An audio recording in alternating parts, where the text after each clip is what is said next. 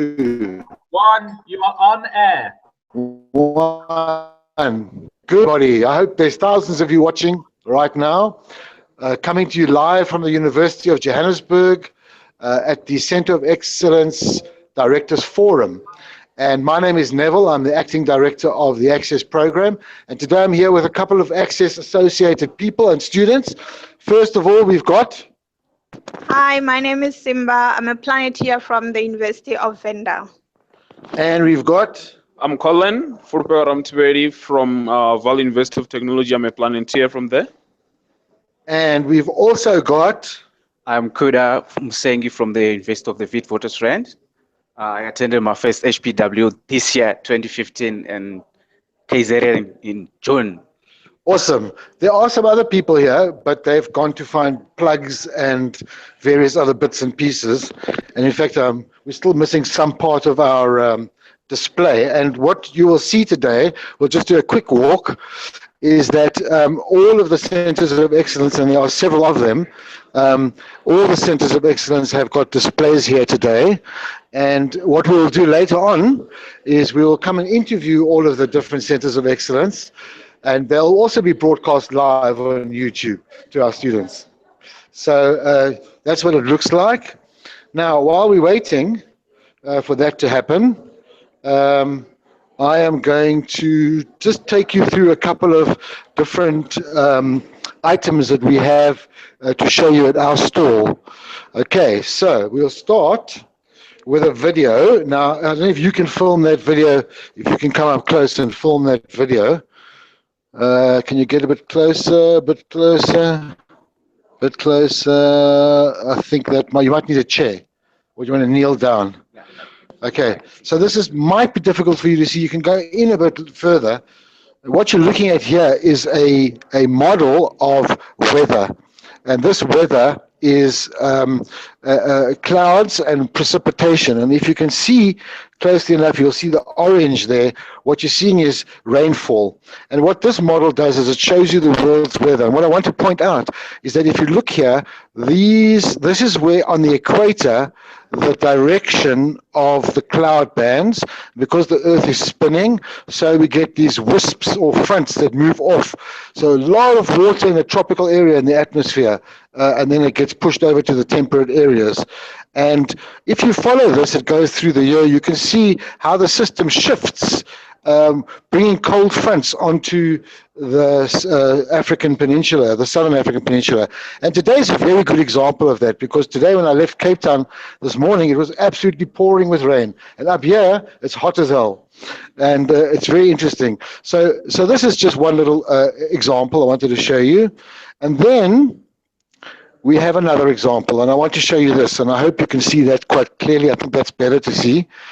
And in this example, what we're looking at is a temperature map of the ocean surface taken in 1997 on the left-hand side and in 2005 on the right-hand side. And this is current measurements. This is historical measurements from 1997. And what it's showing is the formation of the El Nino. And you might all know about the El Nino. It's when the Eastern Pacific warms up and the Western Pacific cools down anomalously. In other words, it's very unusual relative to what we would call average weather or expected weather. So these are departures from normal. And what you're looking at here is where it's red, it's hotter than average. And where it's blue, this is the seawater, the temperature of the ocean is warmer than normal if it's white and red like this, and there's colder where it's blue. So what you see is we start in January now, you'll see that this water starts to appear, this warm water starts to appear, and it develops into a big plug of warm water by July, which is the northern summer, September, October, a very big plug of warm water on the east side, cold water on the west side. So that was 1997, and 1997's El Nino was a really serious event. It caused tremendous havoc all over the world. Interestingly, in Southern Africa, we weren't so badly affected by it. We were much more affected by the 1992 El Nino, which had particular characteristics which affected our weather directly.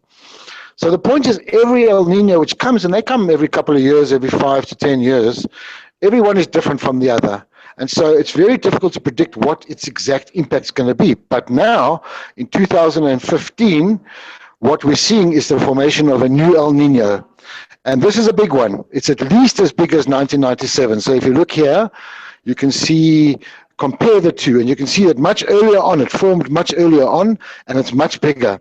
But what does it mean? Well, it may mean nothing. It may mean that it won't affect our weather. It may mean that it will affect our weather. And so it's really important for us to understand the interactions between the ocean and the atmosphere to be able to predict better what the impact of these anomalies will be. What we do know is that some weather patterns will be severely affected somewhere in the world, but we can't really predict that right now. Okay, so this stops this data, which is real-time data, well, not quite real-time. It ended last week, September the 19th. So those are two slideshows I wanted to show you, and then I'm going to move over to the other computer, the next one over here. And this I want to show you is a model produced with some co-funding from Access, showing, I just want to go up, okay, showing projected climate. So it's a climate model looking at temperature. I think it's at the surface temperature in this particular region that you can see, which is Africa. Okay, it's a temperature anomaly, and there's two different heights. I think these are two temperature heights. And so what you'll see here, if this progresses now, is you'll see this model is now predicting for every year. So in 1975, so this is historical, getting it right, accurately training the model to get it all right, as it did in 1982, 83, 84. So this is basically historical. So the model is accurate in the past. So if it's accurate in the past, it's then assumed that it's accurate in the future as well. So we're at 1996, and you can see that it's generally getting oranger, the color, warming, and this reflects actual warming that has been measured. Now we're in 2005, so we have measured warming, and the model is predicting correctly this particular warming, average warming. And so we get to 2012, 13, 14, and now we're going into the future. So if you like, that was our runway. We ran along the runway, and now we're airborne into the future. And now what we're doing is looking at the future projected climate. And as you can see, it's getting hotter and hotter and hotter. So assuming the current climate scenarios, and assuming the business as usual case for carbon dioxide, this model then predicts that in 1946 we're going to be like 6 to 8 degrees above what we are now. The anomaly will be above our long-term average. Of course, we still get winter and summer. This is the average. Now, this is just one model, and there are many different, and so these models don't always agree, and they don't get everything right. But it at least is an example of how the climate models are used to project a future climate. So that is our story. Now, some guys have arrived from the CSIR. I'm going to introduce them quickly because we're live on air. Say hello. Hi. Ooh, hold on. Hold on a second. Did something which I shouldn't do. Right. Oh, shh. Did something. Hold on. I'm assuming we're still live. Yes, we are. Okay, introduce yourself. My name is Mte Tosovacha. I'm here representing Access and the CSIR. Cool. Welcome. Thank you. Okay. And now what I suggest we do is we send off our intrepid team to go and interview some other people at various places while we have the opportunity. So I'm handing over, and then I will help these guys get set up here. Oh, you can hold it. Hi guys. So like I said, I'm Simba from the University of Venda. I attended my first HPW program in 2012, which was held in Free State. So basically we're here, it's a DST meeting on Center of Excellences that are found in South Africa. And what we're going to do is we want to go around the exhibition and sort of get information on what the different Center of Excellences are about and how this may be of importance to the people that are watching now, you guys.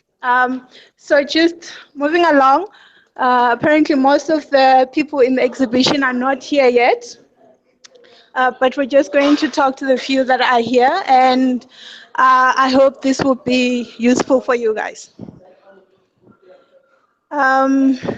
Okay, we're going to start off here. Let me just ask if they're ready yet to answer our questions. Okay, guys, so we're standing in the booth for the Center of Excellence in HIV Prevention, and I'm just going to ask these lovely ladies to tell us who they are and what the Center of Excellence is all about, and how you guys can get involved, or how you guys can be part of it in a way. So hi everybody on YouTube land. My name is Janelle. I'm a PhD student, and basically we're looking at different mechanisms of preventing HIV, different strategies.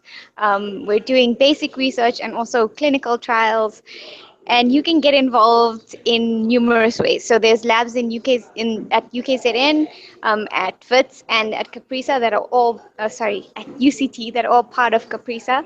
So in ICD, Lynn Morris, Google her. You can get involved that way. Carolyn Williamson at UCT, and then obviously Salim Abdul Karim at UKZN.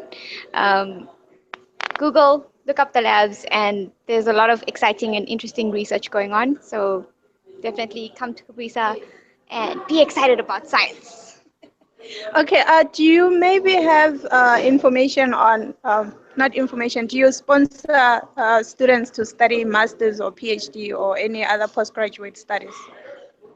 So mostly, in our lab, we apply for bursaries from NRF, from PRF, a lot of outside funding agencies.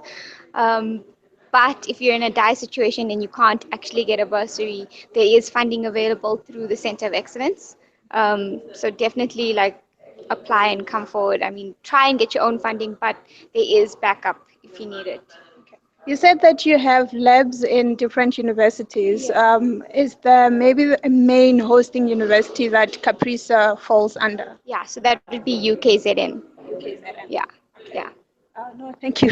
Thank you so much. I don't know if you want to add something. No, just be excited about science. We need really great young researchers coming out of our country, because this is one of our biggest problems. And we need to solve it in Africa. We need African solutions to African problems. So yeah, give it a think and Google. Are you also studying with CAPRISA? Yeah, so I'm a PhD student, also in Lynn Morris and Penny Moore's lab, which is in Joburg. But like Janelle said, CAPRISA is a very awesome place, a lot of collaboration, lots of funding, and lots of really great research coming out of it. So we work on antibodies and vaccines and things like that. So the future is bright, but we need bright young people to join us. Now, ladies, thank you very much. I hope that was fruitful to our viewers out there, and we're going to move along now. So like you heard, the main thing here is be excited about science. It doesn't matter what sort of field you're looking into.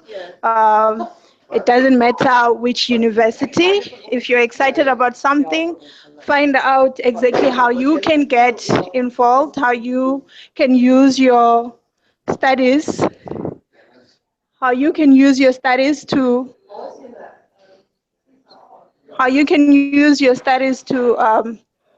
to get to one of these Center of Excellences. Okay, guys, I'm just looking around and I can't really see a lot of people in here, but I'll just mention a few Center of Excellences that we're passing through. We have the Center of Excellence in Catalyst, Carbon Change. We have the Center of Excellence in Epidemiology, Modeling and Analysis. A Center of Excellence in Biomedical Tuberculosis Research, a Center of Excellence in Tree Health, biotechnology, a Center of Excellence in Innovation. And we're going to move right along, maybe to find other people to talk to, but it seems as if a lot of people are not around yet. Now I'm standing at the booth, Center of Excellence in Mathematics and Statistical Sciences. I'm just going to move around and then we'll maybe come back and interview most of these people. And then we have the National Institute for Theoretical Physics. We have the Center of Excellence in Scientometrics and Science, Technology and Innovation. We have another Center of Excellence in Integrated Mineral and Energy Resource Analysis. Center of Excellence, the Department of Science and Technology. This is now your NRF Foundation, which has been used by a lot of students to fund their studies as they move on along with research. So what's happening is there's a meeting with the Center of Excellence heads and the Director General, and I'm guessing a lot of those delegates are still in the main meeting hall, and as they come through, we will talk to them and just find out for you what their Center of Excellence is all about and how it can be of interest to you. So another Center of Excellence is in the Paleo Sciences, and the other one is in birds as keys to biodiversity and conservation. Now I'm just going to find out how we're going to proceed from Neville, and I hope you're already excited to find out more about this event. Okay, well, I guess we're waiting for some of the other folk to arrive from the meeting downstairs, which is delayed. So I think we need to hang around a bit. I'll tell you what, let's go and look around the campus outside. Okay, oops, sorry. I see this is the bird conservation one. They're not here yet. I've seen them downstairs. This is the Percy Fitzpatrick Institute of Ornithology. And really what I can tell you that they do is, it's a long-standing institution based at the University of Cape Town. And what they do there is they study South African birds. They're responsible for the production of some of our bird guides and also monitor birds, because birds are really a good indicator, a good index of the state of health of an ecosystem. And so, and also the distribution of species also is an indicator of habitat change. So they use a lot of demography. The avian demography unit is a really big unit, part of this Center of Excellence, to do bird research nationally and beyond. Right, well, you know about this one. Have you been here yet? Not yet. Huh? Okay. Come here. Here she is. Just turn it a bit towards me. There is Homo naledi. Ta-da! The real deal. I think this particular model was kissed by Cyril Ramaphosa, if I'm not mistaken. Just come in close here and have a look at the bones that they've got here. These obviously are not the real deal. They're casts of what there is here. The folk are not here now, but this, of course, made the news. So you know what this is all about. And they've got a big display here, and they've even got a little sand pit. Show that one. Can you see? There's a little sand pit down there. It's a bit more like that. Yeah, that you can dig out your own fossil today if you really want to. Okay, let's move along. Have you interviewed these people? Yes, we did. Okay, cool. Let's see who else we can pick on. How's it? Did you come right there? Excellent. Okay. All right. Where are you? Going around the corner. Let's see. This is the NRF stand itself. Let's just see if I can shed some light on some of the other exhibitions that are on the go here. This is Minerals. Have you spoken to them? Oh, hello. Hello. Can I talk to you? Yes, you may. My name is Neville. Yours is? I'm George Henry. George Henry. George, you're live on YouTube to our students. And we're just doing an interview with, we're just going around telling people about the different centers of excellence. So maybe you can just give us a quick rundown of what this Center of Excellence is and does? Well, we are the Center of Excellence for Integrated Mineral and Energy Resource Analysis, shortened to DST-NRF Simera.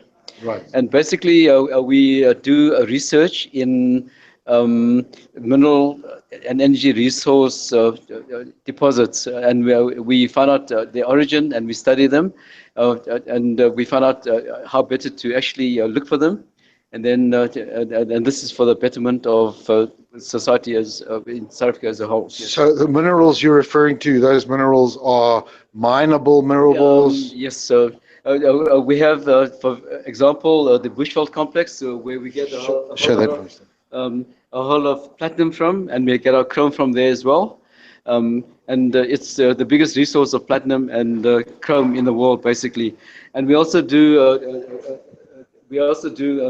research on, for example, the Witwatersrand gold deposits. Yeah. Oh, so that's what the gold. That's what gold reef looks like. That's exactly the gold reef. That's what it looks like. So we're doing Witwatersrand research as well. And more interestingly, recently we have also conducted research in the Karoo, which is to do with understanding where the potential shale gas is in the future. So this is like looking at shale gas resources. We are basically doing the fundamental research to understand where and they possibly could be. It's got nothing to do with exploration at present. It's purely in research hole that we are doing. One was in Sirius, and the other one is near Vale in the. Okay, and you have postgraduate students? Yes, we will be having postgraduate students working on the core at present, but we have quite a few other postgraduate students working on the other projects as well, with the other universities. Okay, and where are you based? We are based at UJ over at the Auckland Park campus. Okay. Yes. Thanks very much. Okay, with pleasure. So this is Simera, you call it Simera? Yes. Okay, good. So that's another example of a center of excellence. Where are we here? Hi, have you spoken to them? Hello, can I talk to you?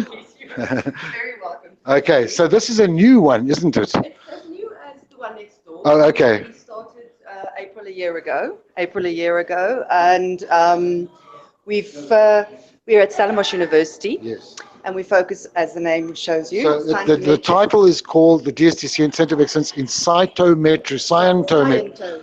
And I've heard a couple of talks given by your director. Yes. And just to explain to people that might not know the words, it's really looking at how to evaluate science and the productivity of science. So this is a research into research, as it were. That's true. We're sort of a meta-science. So we study scientists and we study their productivity, and we also study their impact. So citation analysis is also part of scientometrics.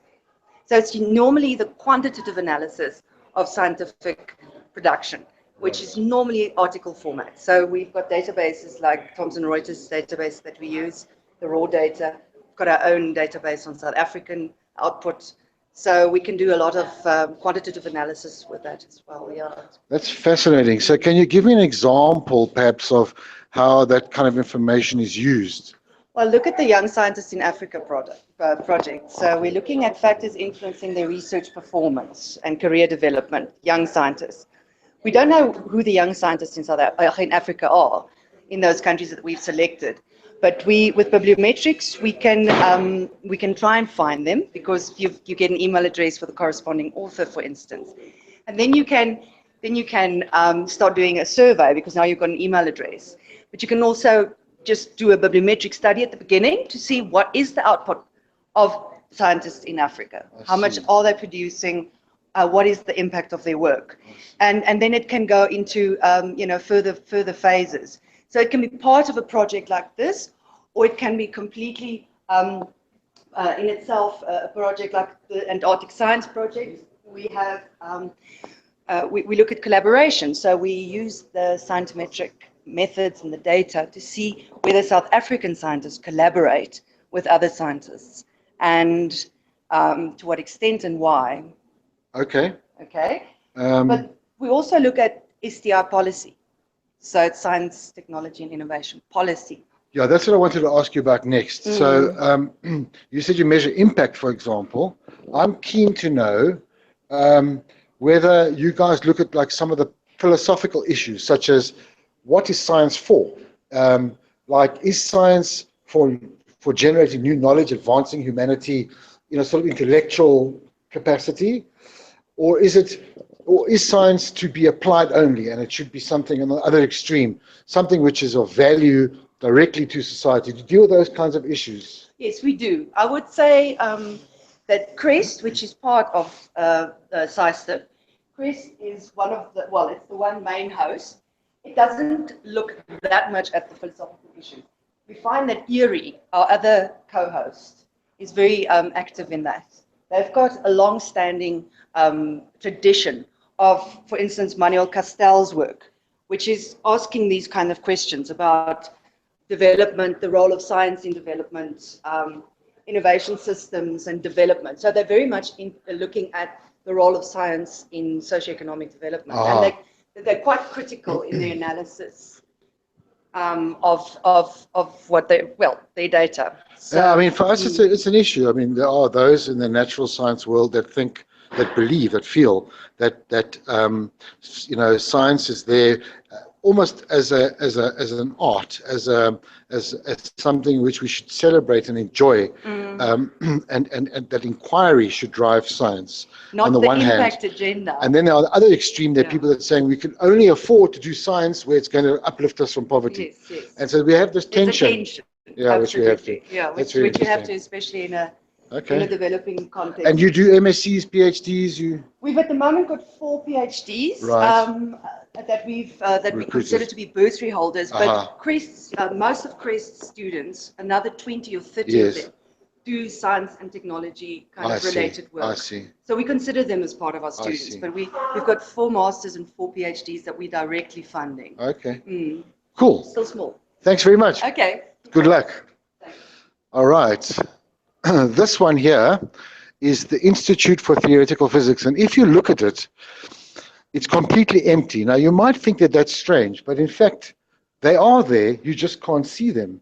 That's how advanced they are in their physics. That's a joke. Okay. This one, I know personally, this is COMAS, because we at Access have done an activity with you guys, which you might not know about. We did in July this year.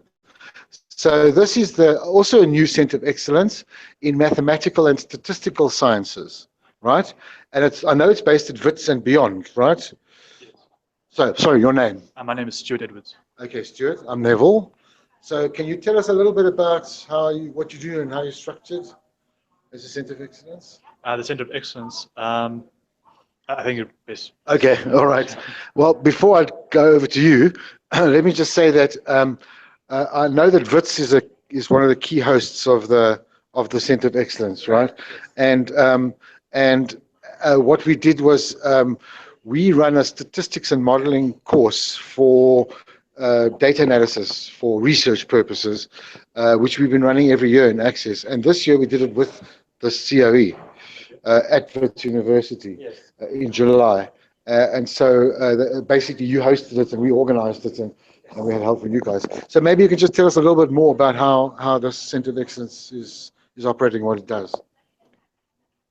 Your name first. Oh, my name is Sashi Singh, and I've just started there recently. Yes. So basically we're functioning as the Centre of Excellence for, as you mentioned, mathematical and statistical sciences, and we administrate a lot of the applications and bursaries that come through to us and all those kind of things, apart from obviously holding special seminars and all those kind of things, just to draw interest from other areas in it. Are you a statistician yourself? No. Okay. I'm just one of the administrators. Okay.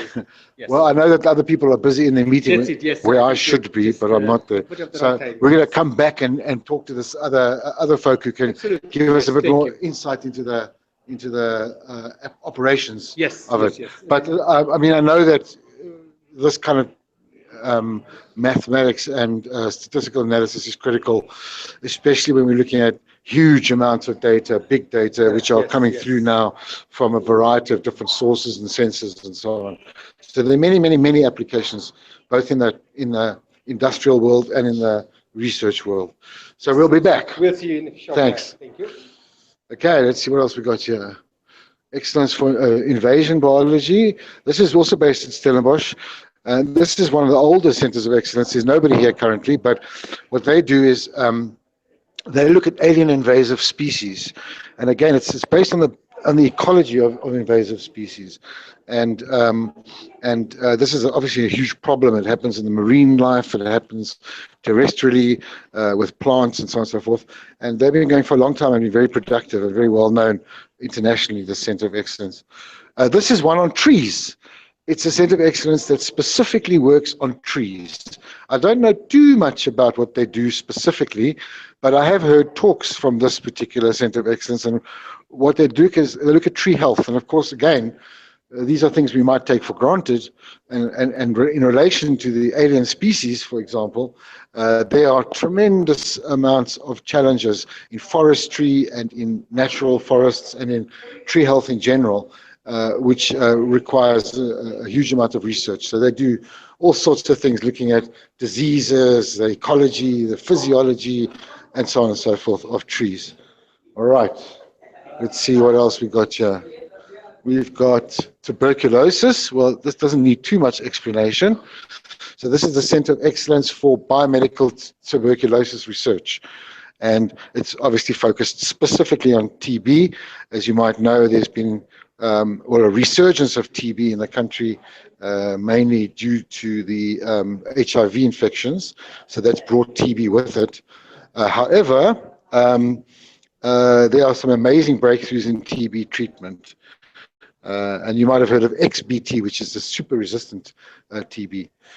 Related to that is SESIMA, which is about epidemiology, and they work on all diseases and the distribution of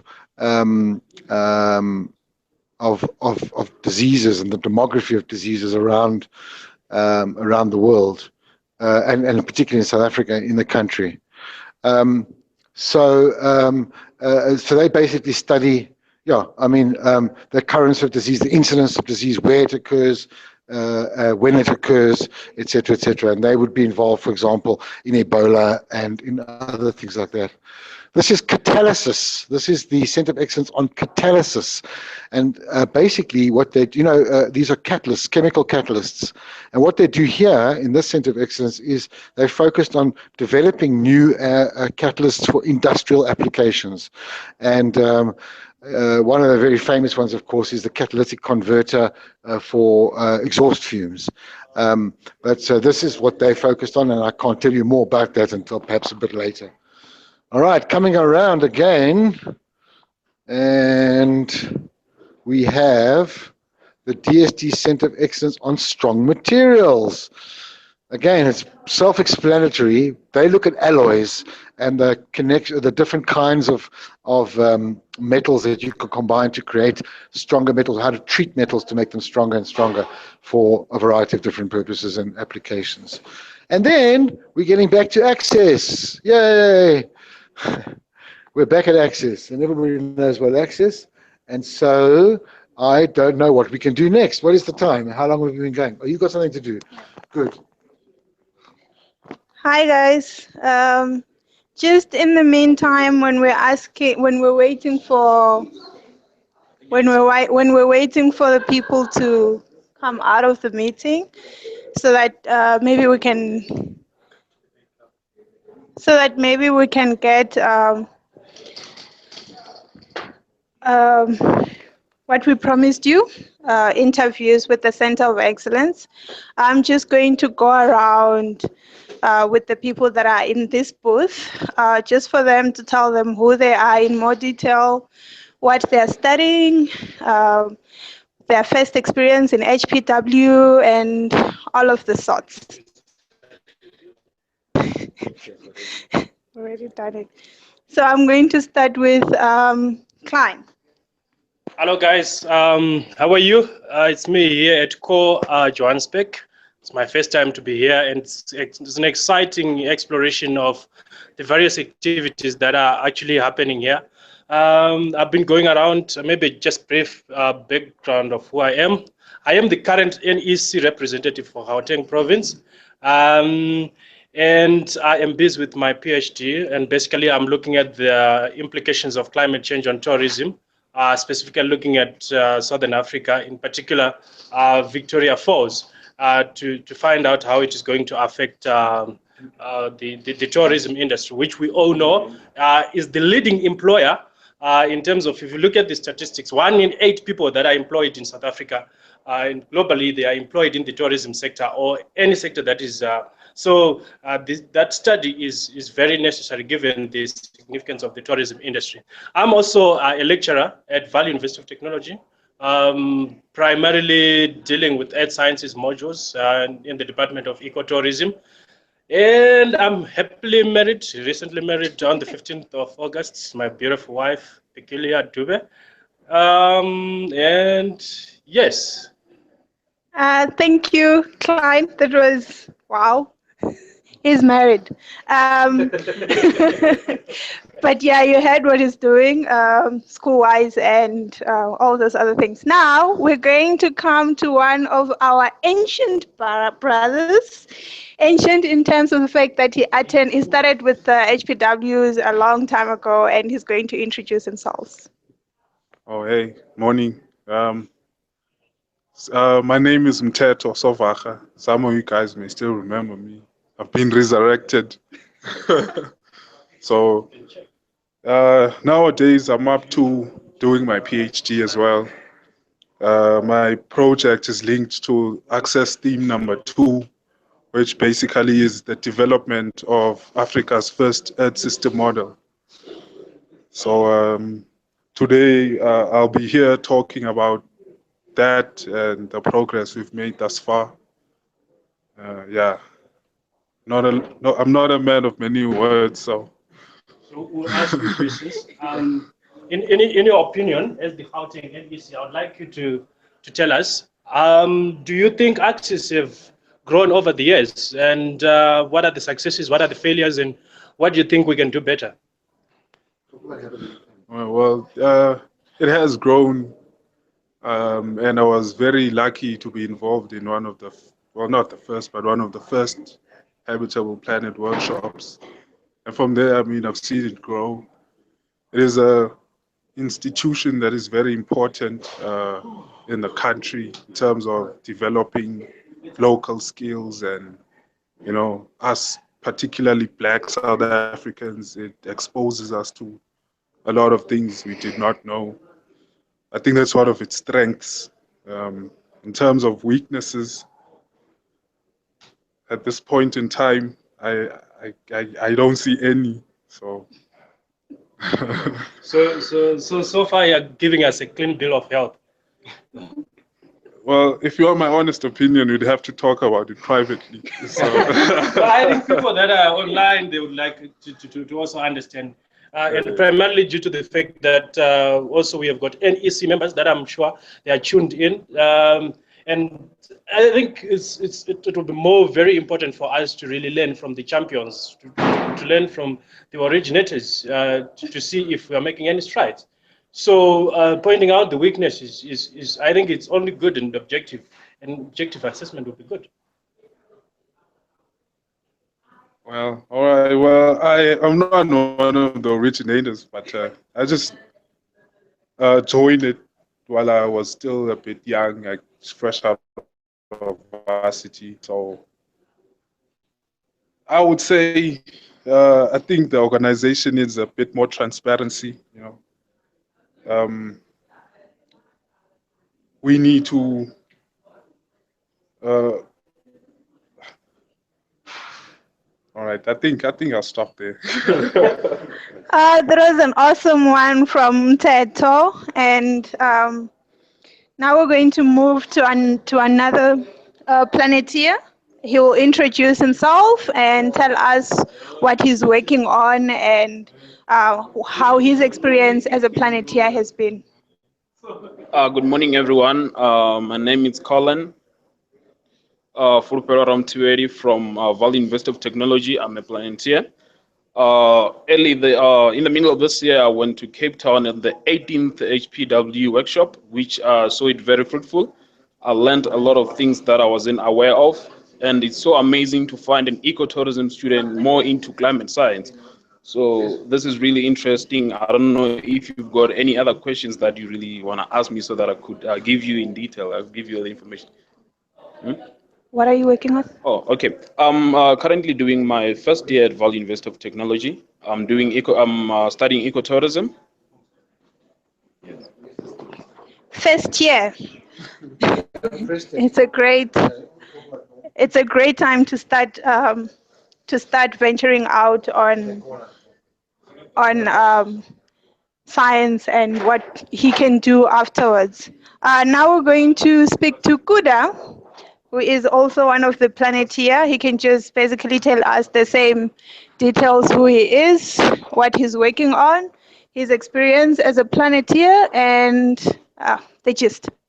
Hi guys, it's me Kuda again. I attended my first HPW this year at KwaZulu-Natal. It was HPW 17. It was a really great experience. Got to meet a lot of people. Everything was just amazing. It was basically just beyond imagination. I would encourage all the other guys out there to come and attend these workshops because you gain a lot of experience. There's a lot of exposure. Right now, we're just waiting for the Director General to move around the stands, and we're gonna get back to you when we are talking to the DG. Thank you. So lots of excitement. Lots of excitement. Just still introducing more people, more of our delegates, and find out more from them. So here's the next special person. She's just going to tell us who she is, what she's working on, and let's hear from her. My name is Namkweza Nikuba. I'm working on Team 7 of Access, which we're looking at the role that the ocean plays on climate. So I'm doing my PhD on ocean modeling. I'm looking at ocean dynamics, the role they play on the ocean atmosphere exchange of CO2. I've got a poster here. I'm working on a specific area of the Southern Ocean, and the ocean in general occupies about 70% of Earth, and it plays a significant role on the climate. The region that I'm working on is the Weddell Sea. This region is part of the Southern Ocean, and it's seasonally covered by sea ice.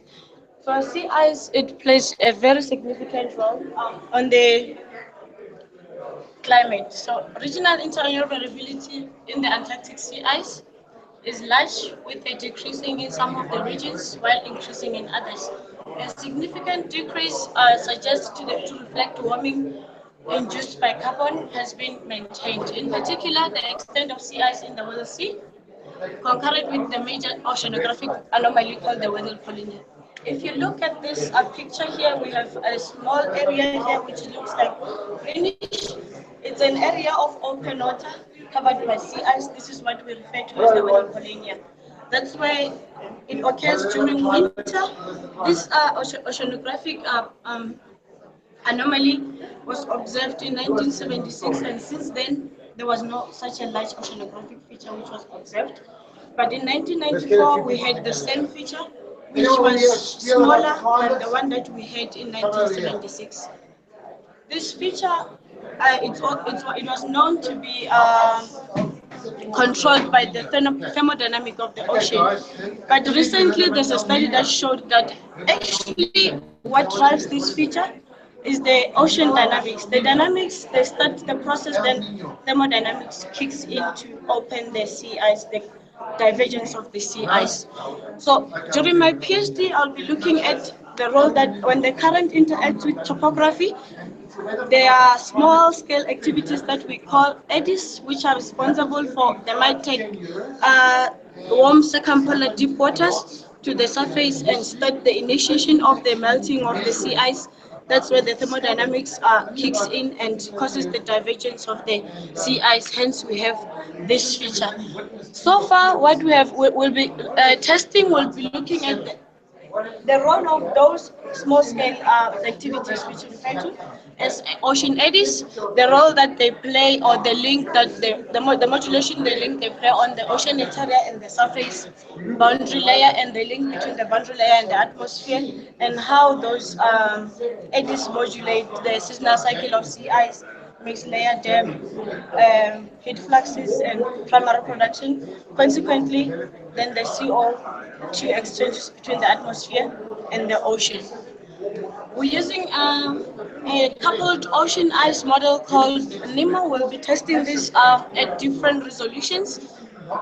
And this is just the bathymetric feature, which is the mood rise. It's just the topographic feature in the Southern Ocean, which we'll be looking at the dynamics associated with this topographic feature. So far what we did, we looked at the satellite observations. In 1994, we can see from the satellite that we have this oceanographic feature, which is the Weddell Polinia. This is just the open water and covered by sea ice. But our model so far at 8 kilometers is not reproducing this kind of feature. So what we're looking at, we're trying to understand why the model is not reproducing this feature that we see in real life. Well, we don't have it in the model, but we'll try to resolve this problem so that we can try to understand why do we have this feature in some other years and not have it in other years. So yeah, so we'll be looking like with something associated with this energy. Okay, thank you. Maybe before we move along to other people, just tell us, most of the people that are watching are undergraduate students, and just maybe if there's a room that they could fit into the sort of research that you're doing and the excitement within it. Yes, this is an interesting study because if you follow this, you can get a chance also to go down with the what's that? SA Akalas 2. That's the ice-breaking vessel to down to Antarctica. We collect the data there. Then we test this type of studies. People who are doing like physics, maths, your biology, but mostly they're looking at your physics and maths, then you can come join our group, which is the Southern Ocean Carbon and Climate Observatory Group. You can study at UCT, that's why I know, and you can also do oceanography, and I had roads also have the departments offer. You can also study overseas. I'm not sure if University of UK is and so far. Thank you. Thank you. Guys, as we move along, we're going to move along to the Center of Excellence in Strong Material, and they're basically just going to tell us who they are and what the center is all about and how you guys can get involved in the research or whatsoever. Hello, this is the Centre of Excellence in Strong Materials, and what we're doing is we're using materials using mainly their strength in nasty environments, okay? Because a lot of our important materials need to be used in that. So we're talking high temperature, high pressure, corrosion, even low pressure and radiation. So we've got a number of research areas around here that posters are on the wall. And one of the things we're interested in our materials is what are they made of? What are the proportions of the things we call phases? What are the microstructure is? And the microstructure is, if you look at something at high magnification, you'll see different areas like here. And the proportions of those and what those phases are really important. So we look to find out what's happening there, and then we try and optimize it. As to how people can get into what we're doing is you have to come in. We deal with research. We do have honors students, so that's science, and then they're doing their science honors, and then we've got masters and PhDs. And the disciplines that we're dealing with are physics, chemistry, mechanical engineering, metallurgical engineering, and chemical engineering. And we've got academics with those, and also in maths as well. And we've got research programs that go across our different areas, and we've got people who are supervising them across the different disciplines. And which universities are mostly involved with your center? Here, it's hosted at the VITs. We've also got Johannesburg, i.e. here, and then Nelson Mandela, Popo, Stellenbosch, KwaZulu-Natal, and then we've got 2 science councils who are with us as well, Mintech and the National Energy Corporation of South Africa, NEXA, and we have strong support from Anitemba Labs. Okay. So just for people to get more information or to find out how they can get involved, is there someone or a website that they can go to? We have a website. We've got some information here they can use. If they just Google DST-NRF Centre of Excellence in Strong Materials, they'll find us. Now, thank you so much. I hope you guys heard what they're all about, and maybe you're starting researching on how to get involved with them. Thank you. So guys, it's getting a little bit crowded here. We have a lot of people from different areas. And like I said, fulfilling my promise, we're going to go around asking people what their Center of Excellence is all about, who they are, and how you guys can get involved or how you guys can find more information. Hi. So we just want to find out who you are, what the Center of Excellence is about, and how undergraduate students can move towards working with the center. Okay, so we are the Center for Epidemiological Modeling and Analysis. It's a mouthful, but in short we call it SACEMA. And we use mathematics to understand and predict the spread of disease. So we focus on mainly the main health challenges facing the continent. So we will, for example, our projects are malaria, HIV, TB, that type of diseases. And we are interested in students who have an affinity for mathematics and statistics, and those who are interested in biology. Because we work with biology, students must show some interest in biology. So students who get good marks in mathematics and statistics and biological subjects can definitely look at a career in doing research into epidemiological modeling. And which universities do you work with mainly? We are housed at Stellenbosch University, but we've got students. Our students are based at any university, so we do offer funding, but we don't really offer undergraduate funding. We offer funding for master's and doctoral studies, but our students are from all universities. As long as you're registered at a South African university, you can apply for funding from SACEMA, but obviously your project has to be related to what we do. Okay, maybe just to find out from the students which university you go to, what you're studying, and what your research is all about. So I'm at Stellenbosch University. I did my undergraduate in biomathematics there, which is basically a multidisciplinary science where I do mathematics and biology. And then I went on and did my honors, and that was in conjunction with an institute called the African Institute for Mathematical Sciences. And they also focus on students that are interested in mathematics, but they offered courses in how we apply that into biological scenarios and understand phenomena. And through that, I had a workshop called the MMED workshop, which was offered by SACEMA. And with that, I met people, staff members, a supervisor, and got the connections to the NB at SACEMA now for my master's in biomathematics. Yeah, that sounds interesting. Maybe to find out if most of the people that are watching now are undergraduate students who are hoping to study further to do their masters and PhDs. I just wanted, maybe you can explain if there's any room in this research for them to move towards, and if they can maybe get them excited to join the Center of Excellence in Epidemiology.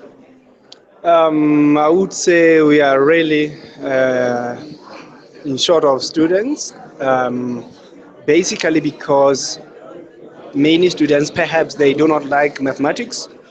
However, now the world now is changing, moving from the traditional mathematics and incorporating it with other subjects like biology, which I think most students find it very interesting. So I would really encourage one to follow that trend because there are abundant opportunities to that, starting from the studying point of view. There are many fundings. For instance, SASIMA is one of those that offering fundings for masters and the PhDs, of which many students struggle to get fundings for furthering their studies. So if you follow maths and biology related matters, then you'll get many opportunities on that line. Apart from studying, there are also abundant opportunities that you will get at the end of the day. For instance, with your degree, you can work in any of the centers or any institute with the maths and biology related fields. So I think it's an interesting thing because in as far as I have been studying this, I have learned a lot and I appreciated my mathematical ability in trying to understand some of the things in biology, which biologists also don't understand. But now when we interact with these two subjects, we start to unravel some of the complex things that perhaps each discipline would have not found independently. So I think that's a very interesting career one can follow. No, thank you so much. I appreciate you talking to us now. As you heard, guys, with HPW, we have been preaching integrating different fields of studies. And I think now you get firsthand how integrating this can help you understand things that you can't understand in one science. Okay, I hear the DG is here, so we're going to try and get word with him just to find out a little bit about the meeting and what the meeting was about. This is a global map of the temperature of the oceans. And what you see here is the Pacific Ocean in 1997. And what happened in 1997, El Nino formed. And there you'll see the warm water on the east and on the west. You'll see up to December. However, what's happening this year is El Nino forming again. What's happening is El Nino is forming right now, which is in fact bigger in size than 1997. So what we know is that there's a big weather anomaly developing right now, which might exacerbate our drought, which is here, but it might not also. So we are working with SAWS to try and study this El Nino and understand what's going to happen. That's the climate variability now. And then Pedro is going to show you quickly something about climate change. Just show slide 9, I think. Okay, where's slide 9? This one. Do you want to just think what we're looking at here? Okay. I'll explain what's actually going on here. So we've taken some of our models and we're trying to actually predict to project the future temperatures. So now you have the one indicating RCP 4.5 and RCP 8.5. Then we're trying to see how the temperatures will change in the future. So another one is when you're actually taking all the measures to reduce your pollution and moving towards a greener environment. And the other one is when you're actually doing nothing. So these are the two scenarios. So if you can see the much more red colors shows when the temperatures are much more higher. And then the bluish colors shows when the temperatures are low. It's like more of a wet year.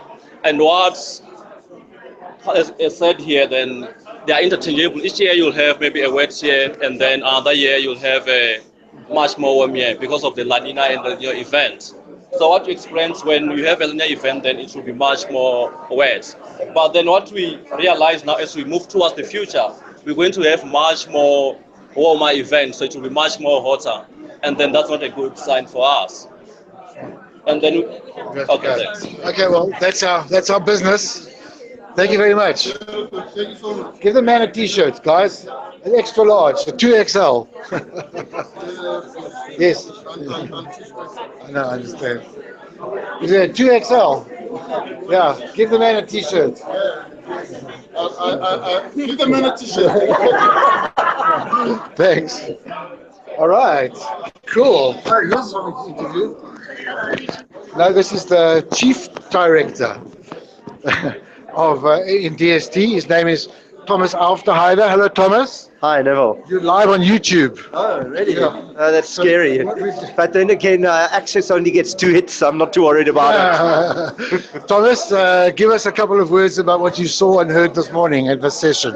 What I saw and heard was very interesting observations by the country's chief civil servant, basically, the Director General in the presidency, who really chairs all of the civil servants, all the Directors General. And I think he gave a very nuanced approach to government's understanding of the role of science, explaining that science is very important in solving specific problems that we have in society, but that its value does not reside only in the fact that it can solve problems of immediate practical importance. It also has very important role to play in training people, in human capital development, and also he emphasized the importance of science in answering fundamental questions that we have an interest in simply by virtue of the fact that we can think, So that we're human beings. Inquiry-driven science. Inquiry-driven science, fundamental and basic science, which may or may not give rise to practical uses in future, but those should not determine the value only of that science. That's very interesting. It's like we're discussing that there's a new Centre of Excellence looking at science measurement, and so we were discussing that with them earlier. All right, so Thomas, thanks very much. You're welcome. I think we're basically done with our broadcast. Okay. We've been going for about an hour. We went to, unless Simba has more to do. Okay, all right, so we're going to carry on for a bit longer, but thanks. To you and the team. It's a great stand. It's a wonderful buzz. I hope you get lots of school kids to come and look. Really, thanks. Thanks, guys. Thank you. Thomas. Guys, we're back. Just before we close up the broadcast, I just want to keep going, find out from other Centre of Excellence, just to find out who they are and what they're doing and how you can gain more information. Hi. Came back to the Came right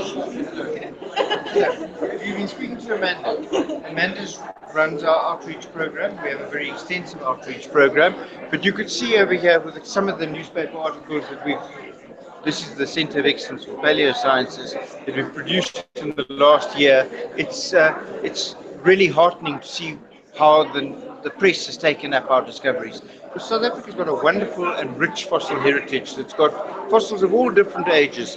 Some of the oldest evidence of life on Earth, the oldest dinosaurs on Earth, the oldest tortoises on Earth, and their distant ancestors, the oldest mammals on Earth, and then some of the oldest humans on Earth. So it's a fantastic story, and what is nice about it is the great public interest in this heritage that we have in South Africa. So it's something that we try and push, it's something that we try and develop, and we've got a National Centre of Excellence which does that, and we encourage young learners to come and get involved in our education outreach program, which is run by Amanda over here. I'd like to ask you a question here because previously we were at the HPW workshop, one of our workshops from the organization. We went to a West Coast fossil park. Yeah. When we got there, we realized there were like fossil and bones which were discovered that they existed for more than 5 billion years. 5 million years. Yes. Yeah.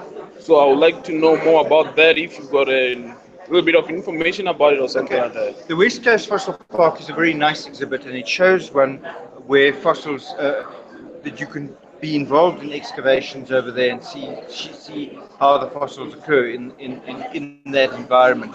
That's 5 million years old, but we've got fossils much older than that, and we've got another paleontological outreach facility in the middle of the Karoo, a place called New Bethesda, where we've got fossils that are 250 million years old, not only 5 million years.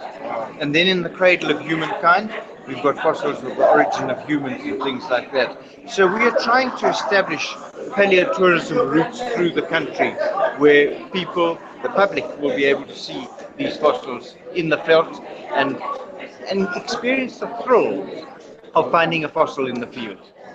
Okay. Do you have maybe masters or let's just say postgraduate students, studying within the Center of Excellence? Yes, we have, at any one time we have between 25 and 30 MSc and PhD students, but we also have honors students, and in the research that we involved in, we incorporate all these students in that work. So they're involved in field work to find new discoveries. Many of the new species that we find are found because of students' discoveries. And then they enhance, through their studies, for their masters and PhDs, they enhance the understanding of the paleontological heritage of South Africa. Thank you so much for talking to us. I think, hello Bruce, I think we should go and try and just say a few words to the DG from the President's office. He's the Director General in the Office of the President, and his job, I think, is like saying earlier, he's the head civil servant. He's in charge of all of the ministry's civil servants. But he's busy right now, so it looks like they're busy right now. I think we have to get in after he emerges from here, right? I need to trip over. Hello. How are you? Good, good. I liked your idea. Oh, interview this gentleman. You're being interviewed. You're live on. Who am I speaking to? To our students on YouTube. So it's a broadcast. That's fantastic. Yeah. So what I need to tell you about is the importance of trees. Good. And the trees of the world are dying, and they're dying because insects and diseases are spreading around the world, mainly because we're carrying them. And without trees, we would all be dead. So trees have a huge effect on food security in the world, and we need to take care of them. And could you imagine life without trees? You know those cell phone towers that have got, they look like trees. Do we just have them everywhere? What would that be like? So appreciate the trees in the world and realize that they are crucial to your health, to our health, to the food that we have, and to the beautiful environment that we live in. And thank you. Come and visit us. Thank you. I've got a new guest. This is Dr. Tandi Mkhwebi. She's the the director of Executive Director of Research Chairs and Centres of Excellence. So maybe you can just tell us, I mean, we've been and looking at all the Centres of Excellence. Maybe just give us a few words on what you think you've seen. Oh no, I think we've moved from, as a country, we've moved from a very low base, and it's very exciting to see the developments that have happened. And what's very encouraging is that the centres are leading in student training. So we expect the students who are trained in the centres to become the heads of centres in the future. So people mustn't run away from the science once they learn the expertise. They must stay in the science so that we can progress. Otherwise, we'll go back to, or we'll remain at the same level where we don't have the people who will lead us into the future. So what we need now is innovations. We want people to be innovative. I know the young minds have got lots of ideas, and we mustn't be scared to test those ideas. So I'm very happy with what I'm seeing. It's brilliant.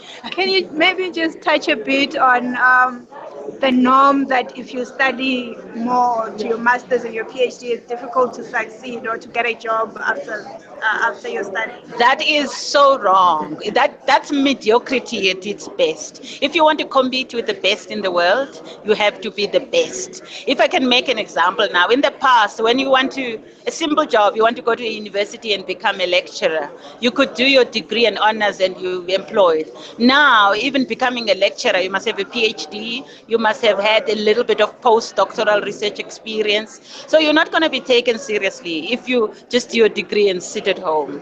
So there's no overqualification, not in the world that we live in now. Thank you. Thank you. I'm glad you cleared that up. Let's try and catch the DG. Film their talk.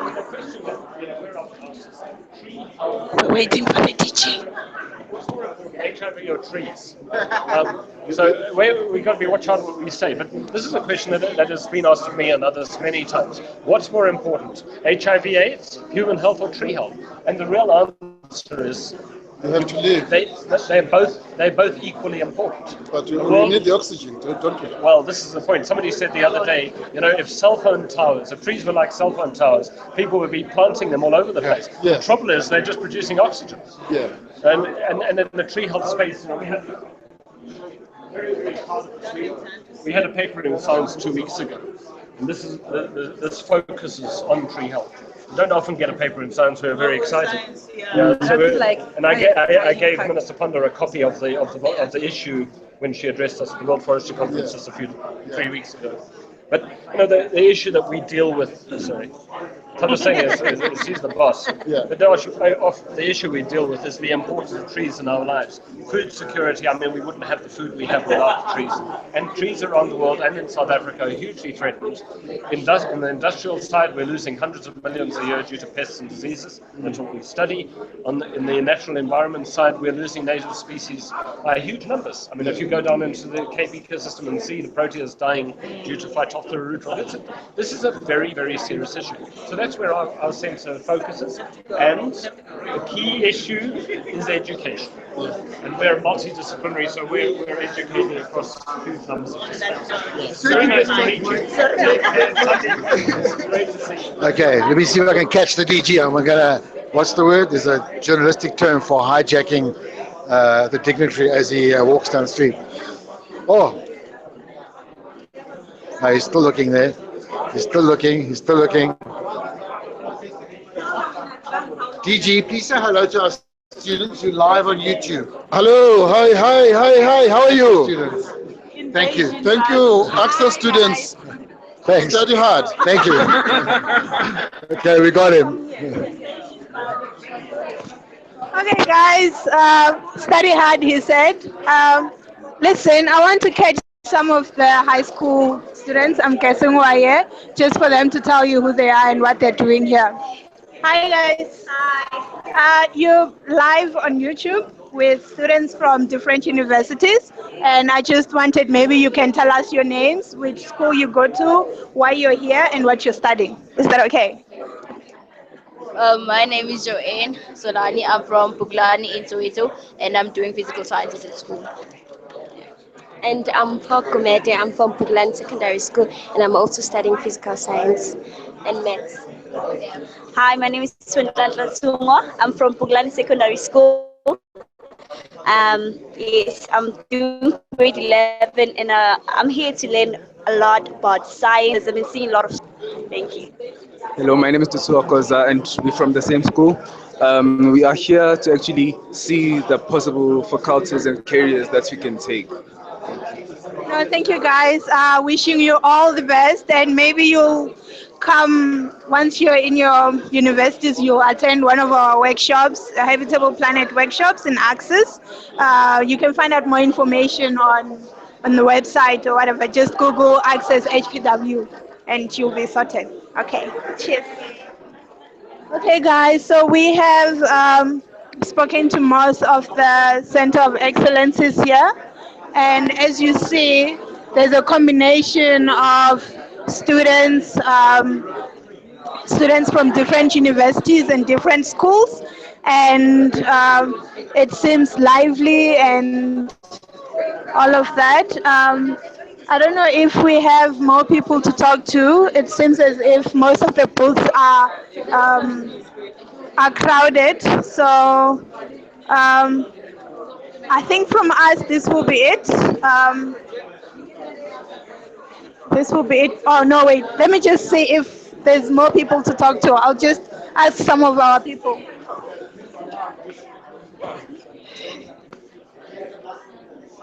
Okay, I found another Center of Excellence. This is the Center of Excellence in Biomedical Tuberculosis Research.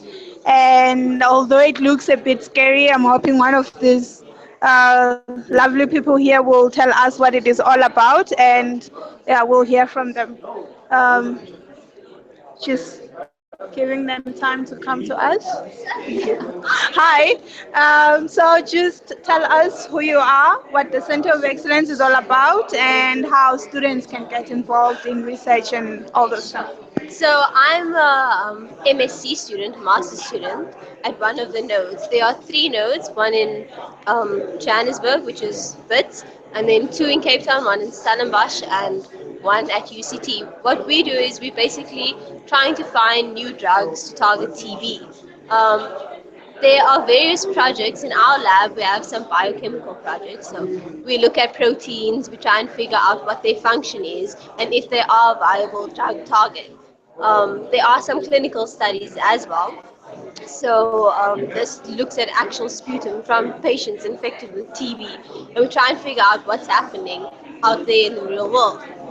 So over there, I don't know if you want to show you that guy. So this is basically the suit that you have to wear when you're in the TB lab, which is called the Biosafety Lab 3. So it's basically this. You have to be completely covered so that you don't get into contact with the bacteria, because obviously you will get infected. Then we also have normal BSL-2 labs, which you can say is just a lab coat and maybe you'll wear a little mask. It's very interesting. If you want to get involved, you need to do a BSc, any BSc, and then honors, of course. And we do have some honors student in our lab as well. And then we do masters, PhD, postdoc, and research scientists as well. Oh, that sounds interesting. Which universities do you work with? Okay, so the one in Joburg is the University of Wits. Cape Town is the University of Cape Town, so UCT, and then the University of Stellenbosch as well. Can you just tell us, most of the people that are watching here are undergraduate students, maybe just get them excited into coming into the field of finding new drugs for tuberculosis? That's the guy. You want to speak to him? He'll get you excited. Just tell us, not tell us, tell them, get them excited about joining your research field.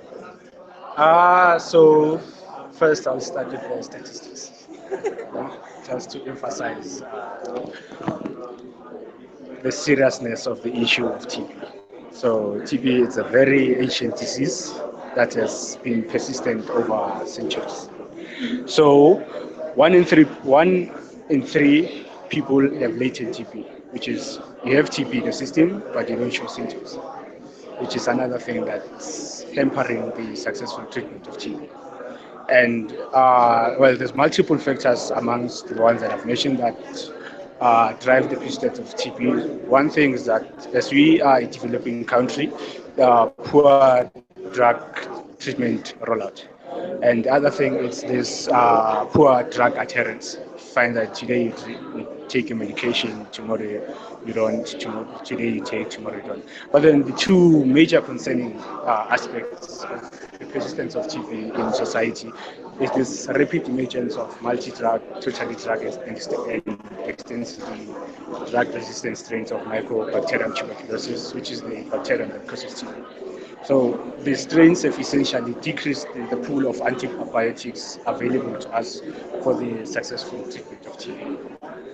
And this illustrates that we need to search for new drugs with novel modes of action. So in our unit, what we do is we try to understand the basics of Mycobacterium tuberculosis. Because to get around everything in life, you have to first understand the basics. So what you're mostly interested in is bacterial physiology. How does it survive the harsh environmental conditions? One being the immune assault and the other being drug assault. So we focus on different aspects. So it's cell wall remodeling. Bacterium has a peptidoglycan layer, which has been shown to be essential for normal growth and survival. But then in terms of TB, has received little attention in terms of drug design. So two interesting aspects with regard to peptidoglycan remodeling. It is only present in bacteria and not in other species, not in humans. And then it is remodeled by multiple enzymes, which are also not present in humans. So if you target those specific enzymes that are involved in the synthesis, in the coordinated synthesis and breakdown of the peptidoglycan layer, we can essentially disrupt the normal functioning of the bacteria. And the other thing that we also focus on is the DNA repair systems. So essentially, as you all know, all living organisms, every signal goes to the nucleus, you get transcription of proteins, everything, molecular trafficking and stuff. So what we also want to do is to try to understand the different enzymes, because TP is this Mycobacterium tuberculosis has this thing of even mutating its essential genes. So essential gene is under laboratory settings. If an essential gene you cannot delete from the genome, an essential gene is required for normal growth. But then under immune stress and drug assault, TP can essentially mutate those essential genes and it can survive. And one thing that you have to note is that over the centuries, we have grown into this idea of targeting transcription, translation, and replication, which, if we take into consideration TB, it has that ability to mutate its essential genes, even though you target your transcription. It can still replicate because of DNA repair enzymes. So in that aspect, what we want to do is to try identify the different enzymes involved in DNA repair systems, the complexes and the different proteins that they interact with, characterize those that we find essential, and use different antibiotics to determine whether they targeting those identified proteins can essentially disrupt the normal functioning of the bacteria. And the other thing that we also focus on is as you all know, every living organism needs energy. So we target respiration in terms of ATP synthesis. So, and even though TP can survive under nutrients, to produce energy, essentially need nutrients. You need food to go into your system, digest the food, produce energy. But then, even under those conditions, TP has the ability, Mycobacterium tuberculosis has the ability to produce ATP, which is then converted to energy. So what we also want to understand is what the pathway that leads to ATP synthesis, what proteins are essential in that system, and then target those individual proteins. And so I've mentioned three, and then taking together everything, as we have shown, if we have learned, especially with HIV and TB and other pathogenic species, that monotherapy is not that successful. So the use of one drug cannot be the solution. So like TB, the first antibiotic that they used was streptomycin monotherapy. It worked over the years, and then after it stopped working. So from that, we target those different components, and we use different antibiotics that target those different pathways, and then we assay, does it survive normally or not? So for my fellow scientists, upcoming scientists, in just, fellow upcoming scientists, others in different research fields, I encourage everyone to not essentially be in TP, but then to be involved in research, because even though we have so many techniques, diagnosis, detection, we are still far from saying the techniques we have are successful. Because every now and then the pathogens that keep on occurring, showing that we constantly need fresh minds in the field, that fresh ideas to actually be on track with the evolution of these pathogens. No, thank you so much. Much appreciated. And I really hope that you guys got the gist of what is needed out there in research and in science as a field.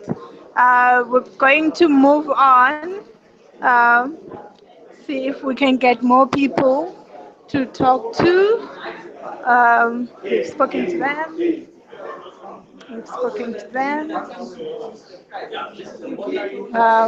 So it seems as if we have by far taken to most of the Center of Excellence that are available in this exhibition. And we hope that you were able to understand what the different Center of Excellences are about and how you can find opportunities to study that be in biodiversity or anything else. And now we're going to move to the NRF, I think, yes, and we're just going to, second. Hi guys.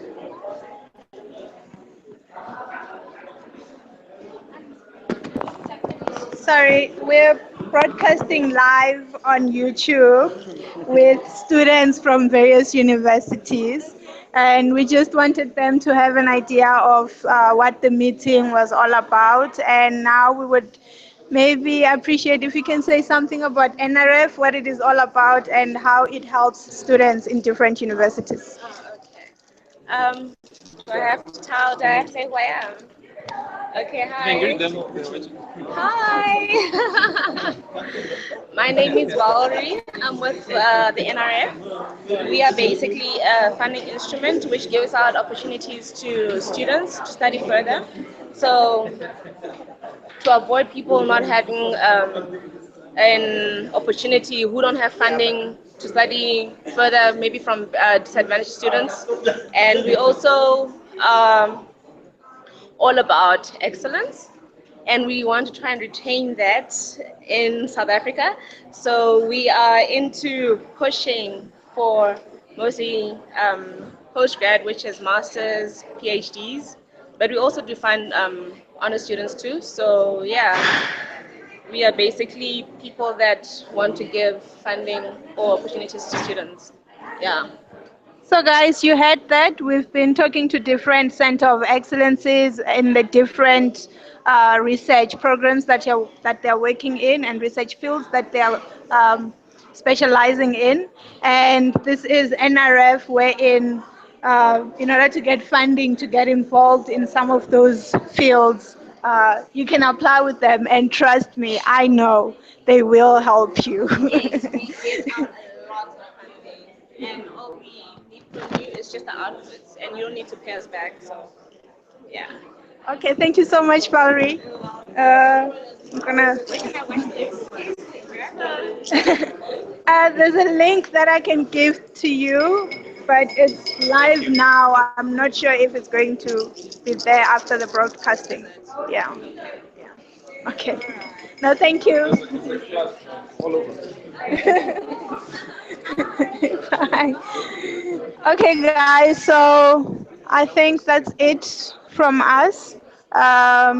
We've spoken to the delegates, and we've tried to find out exactly what this different set of excellences are about.